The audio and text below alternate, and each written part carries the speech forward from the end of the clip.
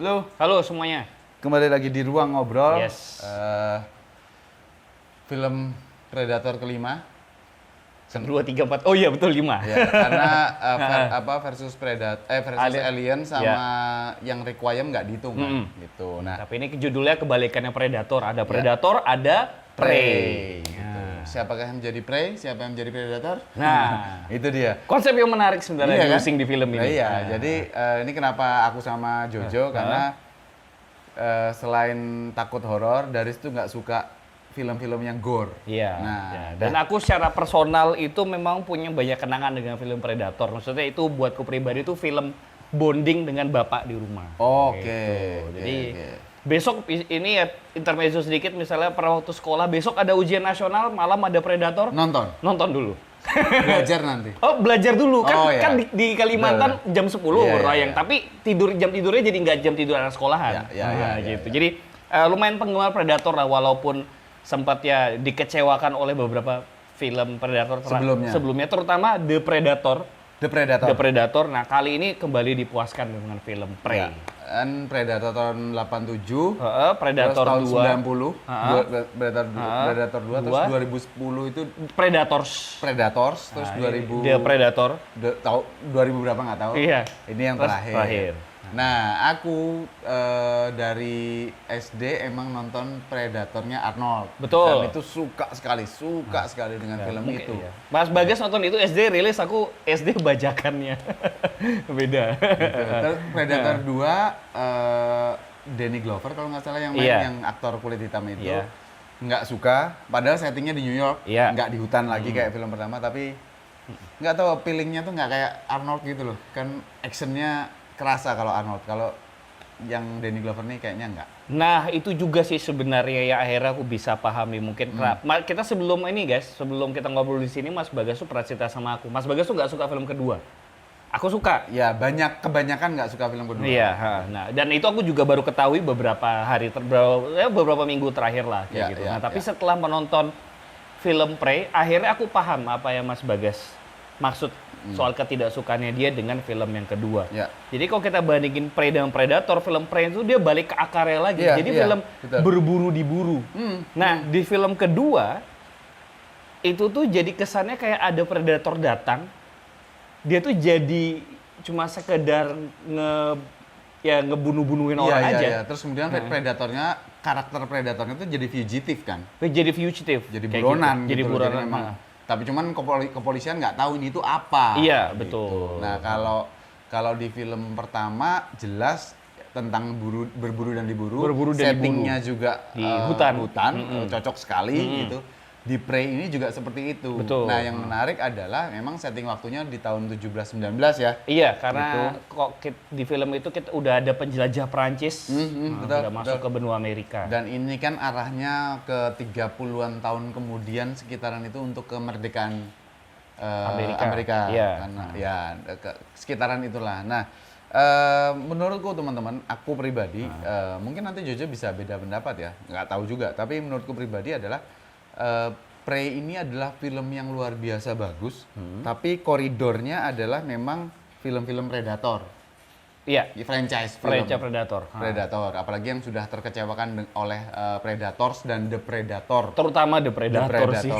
itu sih yang jadi kita nanti ngobrolnya emang nggak akan bandingan dengan mana-mana karena unik dan menarik sih franchise Predator ini kan secara nama dan secara wujud ini kan ikonik sekali. Betul. Wih, ini gila banget ini franchise-nya kemana-mana. Misalnya kita bilang mainannya laku, gamenya juga seperti itu misalnya. Dan dari konsep juga unik. Jadi dia tidak cuma digambarkan sebagai makhluk ekstraterestrial yang menakutkan. Jadi dia tuh datang tuh dengan tujuan kayak gitu. Iya.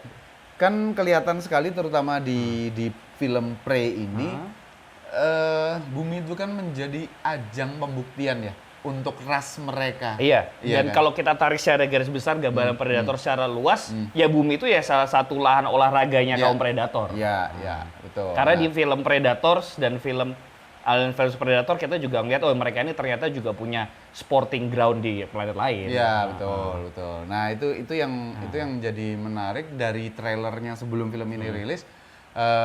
Kita juga udah excited karena kembali kayak Jojo bilang tadi, kembali ke akar di mana dulu pada saat Arnold Schwarzenegger dan timnya, siapa yang namanya, Dux atau siapa ya, lupa aku namanya. Lupa namanya. Itu menghadapi Predator, mereka nggak ngerti ini apa, tapi kemudian cara mengalahkannya memang blending with nature kan. Bukan soal persenjataan, karena Predator tuh sistem persenjataannya, terutama mask-nya ini adalah menargetkan senjata yang merupakan ancaman buat mereka. Jadi ketahuan tuh, oh ini ancaman ini, ancaman ini, ancaman. Kalau nggak mengancam kan dia nggak bunuh. Iya, dan poin soal blending with nature itu yang kemudian jadi titik berat di film ini karena blending with nature itu menjadi elemen utama karakter utamanya si perempuan itu yang merupakan Naru yang merupakan ya bagian dari suku Indian atau Native American. Jadi mereka tuh memang punya budaya berburu dan salah satu pembuktian bahwa mereka udah dewasa adalah melakukan the great hunting. The great hunting tuh misalnya ya dia dilepas ke hutan sendiri berburu ya top predatornya siapa. Jadi bukan berburu cari makan ya. Kayak cari rusa, cari babi itu beda lagi. Tapi kayak seperti yang KKL lakukan membunuh harimau. Karena itu dianggap membawa pulang kepala dan badannya kayak gitu. Nah, itu kan memburu top predatornya bumi kan yang ada di situ. Nah, great hunting yang dilakukan oleh Naru itu ternyata adalah membuktikan bahwa dia bisa menghabisi si predator. Nah, si predatornya sendiri melakukan hal yang sama. Betul. Jadi menarik. Jadi ini hewan-hewan yang dikulitin. Ini apa benturan budaya? Benturan budaya dari planet predator sama dari apa bangsa suku Indian. Betul. Kalau feel atau impresi atau penilaian itu mungkin bisa beda-beda ya. Ruang ngobrol itu jarang banget untuk ngasih skor angka gitu. Karena memang nggak terlalu perlu. Karena teman-teman yang nonton ini juga kalau suka ya silahkan aja, kalau nggak suka ya silahkan aja, karena nggak semua orang tuh punya kedekatan dengan franchise Predator gitu. Nah, buatku pribadi, kayaknya sebelumnya karena aku memang kayaknya sengaja memutuskan untuk nggak nonton The Predator. Kalau Predatorsnya samar-samar masih ingat lah, Adrian Brody kan, yang main itu ada siapa yang jadi Venom di Spider-Man 7 itu, Topher Grace kalau nggak salah itu juga main. Aku ngelihat secara ini sosok predatornya tuh memang rata-rata lebih besar daripada orang biasa kan. Betul. Tapi masih imbang, apalagi kalau dulu ngelawan Arnold itu kan itu kan maksudnya orang susah juga untuk lebih besar dari Arnold kan sebenarnya. Nah, tapi di Prey itu aktornya tuh aku lupa namanya, mantan pemain basket sih. Jadi tingginya tuh benar-benar kelihatan superior ketimbang pemeran lainnya gitu. Dan itu kan terrifying ya, maksudnya kita nonton tuh kayak, oh ini ancaman yang beneran nih. Dan itu digambarkan jelas gitu. Kalau di film Predator pertama kan kita bisa mengerti skalanya Predator itu ketika dia mencekik si Arnold diangkat, ternyata gantung. Nah kalau ini tuh nggak cuma pas, dan itu kan di akhir. Kalau di ini tuh udah kelihatan dari awal ketika dia ngukut jejak kaki. Yang itu tuh lebih besar. Terus ngelawan beruang. Itu juga kelihatan. Gede ternyata ya, tinggi gitu. Dan aktornya emang tinggi gitu. Jadi, trivia aktor ini nanti yang jadi Predator ini main juga di Guardian of Galaxy 3, tapi perannya belum tahu apa. Gitu. Nah, dari awal sampai akhir, sekali lagi premisnya, sebetulnya ceritanya sederhana. Tapi karena Predatornya dikembalikan ke asal, ke akar, itu menjadi kita kayak, nah gini nih. Nah, gitu. Kembali lagi soal elemen budaya suku Indian yang diangkat itu akhirnya memberi kedalaman cerita terhadap karakter utama. Jadi kita tuh bisa paham motivasinya berburu apa. Nggak cuma sekedar berburu dan diburu. Dia tuh ya melakukan ini tuh punya tujuan untuk dirinya dan untuk sukunya juga. Bisa dipahami, ada kedalaman, ada layer. Betul, meskipun banyak juga yang memuji aktornya atau aktrisnya si Naru ini kan nggak banyak bicara juga kan secara dialog, tapi tersampaikan dengan baik. Nah mungkin juga ada teman-teman yang nonton terus ngerasa apaan sih ini film cuman bunuh-bunuhan, saling berburu kayak gini, apa serunya, di mana ceritanya gitu. Nah karena di tahun segitu, bahkan ini bukan hanya di tahun segitu. Nature-nya suku Indian tuh memang berburu tadi yang Jojo bilang. Jadi film ini tuh memang tentang perburuan. Dan bagusnya ternyata dia malah bersinggungan dengan penjelajah Prancis juga kan. Nah, itu dia. Dan balik lagi juga ke omongan Mas Bagas, kalau tadi ada yang merasa bilang bahwa ini film kok cuma bunuh-bunuhan kayak gini doang. Ya selain ada memang aspek budayanya tadi, Ya kalau yang ditarik garis besar secara film zaman sekarang kan ya mungkin film ini biasa aja. Ya, Technically biasa aja kayak gitu. Nggak ada yang baru-baru banget. Ya. Tapi bagi yang suka film Predator, nah ini filmnya kena banget. Kena banget gitu. Makanya aku bilang tadi emang kita membandingkannya hanya bisa di sesama franchise film Predator gitu. Film-film Predator itu kan juga menurutku sebelum-sebelumnya kurang suksesan karena skalanya makin besar tapi itu keluar jalur. Dan menurutku film Predator skalanya besar, tapi masih ada elemen perburuan itu malah justru Alien versus Predator. Karena di Alien versus Predator kan kita dijelaskan secara eksplisit bahwa mereka ini kaum yang suka olahraga berburu. Dan mereka ngembangin piramid buat jadi tempat peranakan alien, yaitu supaya jadi sarana olahraga. Kan?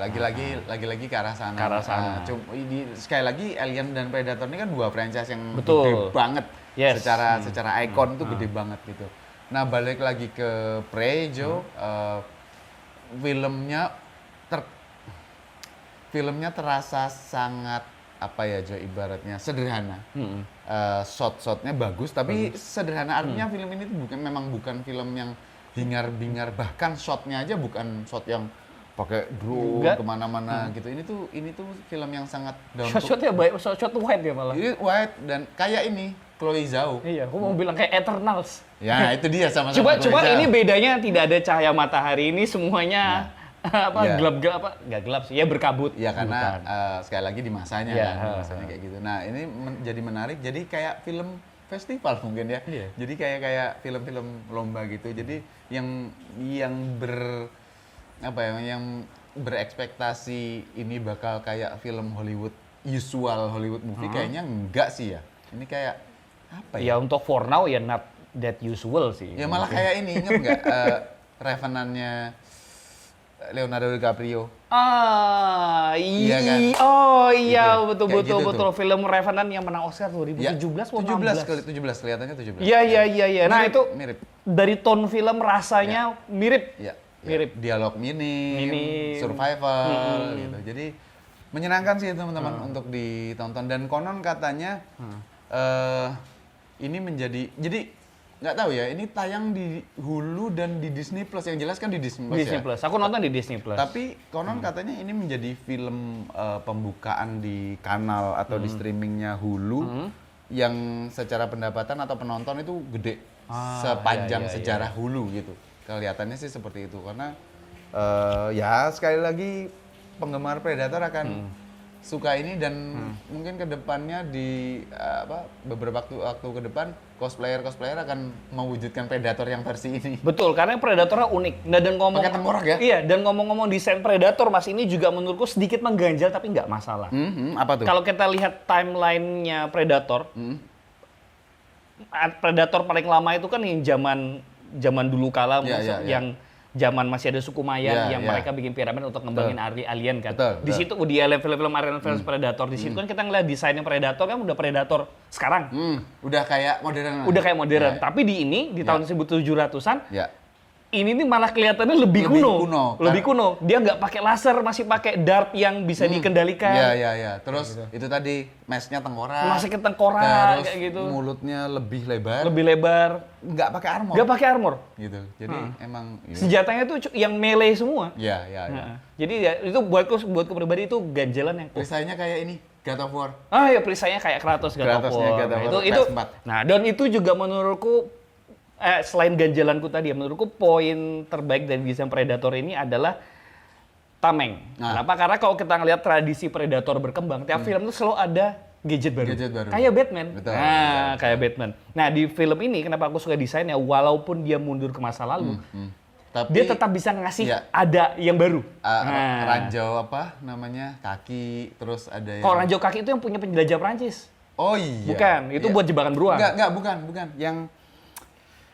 Yang diambil sama Naru, terus buat bunuh yang penjelajah terakhir. Oh yang bisa melingkar gitu. Iya. Terus sama bom, karena aku nggak nonton 2 film sebelumnya ya. Jadi menurutku ada klaster bom yang ada jaringnya. Yang bom jaring itu udah ada. Lama ya? Udah ada dari film kedua ada, Alien vs Predator ada. Itu kalau kena itu udah kan seorang kepotong-potong jadi dadu. Nah, ini kan habis orangnya langsung gitu. Nah, terus tongkatnya juga baru kalau tongkat yang ditusuk tongkatnya kan retractable kan dia jadi pendek gini kan. Kalau ini tuh bisa jadi 2 terus belakangnya tumpul jadi kayak gada. Iya, betul. Yang buat gitu. Iya. Oke. Jadi secara desain tetap istilahnya balik ke masa lalu, tapi mundur, gadgetnya ada baru. Iya. Menarik sih. Dan endingnya ini kan pasti spoiler ya teman-teman yang belum nonton. Dan endingnya melalui ilustrasi kita udah tahu bahwa ada serbuan lain. Iya. Gitu. Tapi ya ini open ending lah. Tapi open ending, dan kalau misalnya kita udah ngikutin Predator ya, kita nggak akan berpikir bahwa Predator tuh akan membantai menjajah bangsa itu, enggak. Mereka tuh olahraga aja. Iya, olahraga aja. Dan sekali lagi yang buatku menarik di film ini adalah ya karena temanya adalah berburu dan diburu, maka di beberapa kali kesempatan saat Naru itu tidak menjadi ancaman buat Predator ya nggak diapa-apain. Iya. Gitu. Jadi menariknya sih. Dan itu kan scene-nya ditunjukkan pertama kali dengan ular makan tikus. Iya, ular apa tadi? Ada semut makan. Oh, semut dimakan tikus. Tikus dimakan ular. Terus ular. Predator ngincar ularnya. Gitu dia. Sama kayak beruang tadi ketika ada. Sebelum beruang serigala dulu ngincar kelinci. Oh ya, serigala ngincar kelinci, terus serigala yang diserang. Ya. Begitu beruang yang ngejar Naru yang diincar, beruangnya Naru dibiarin. Ya, itu menarik sih. Begitu Naru ngincar Predator, Naru diincar. Begitu Naru diincar sama orang Eropa, yang diincar orang Eropa. Jadi konsep berburu dan diburunya itu kuat. Mata rantai itu kuat gitu. Jadi kalau balik soal layer karakter, jadi kita nggak cuma bisa memahami layernya si Naru, tapi karakter Predator memang bener punya layer kali ini. Betul. Kayaknya sih itu aja ya. Itu aja. Untuk obrolan tentang Prey. Ya. Bagi kalian penggemar Predator, terutama yang pertama, tontonlah. Ya, dan kita sih berharap akan ada film Predator lain yang mungkin nggak akan kembali ke akarnya lagi ya, tapi maksudnya kalaupun berkembang ya berkembangnya dari sini. Iya, jangan tiba-tiba di New York. Iya, dan semoga dari film itu jadi kemudian jadi pijakan dan fondasi juga bahwa Predator itu kayak gini nih modelnya. Nature-nya berburu dan diburu gitu, bukan skalanya diperbesar terus dia bunuh-bunuhin orang. Iya, konsepnya apapun ya silakan aja, tapi ya begini. Nature-nya kayak gitu. Oke, itu aja teman-teman. Obrolan tentang Prey, silakan nonton. Yang belum nonton, yang udah nonton, boleh meramaikan di kolom komentar. Oke. Sampai ketemu di obrolan selanjutnya. Thank you. Bye-bye.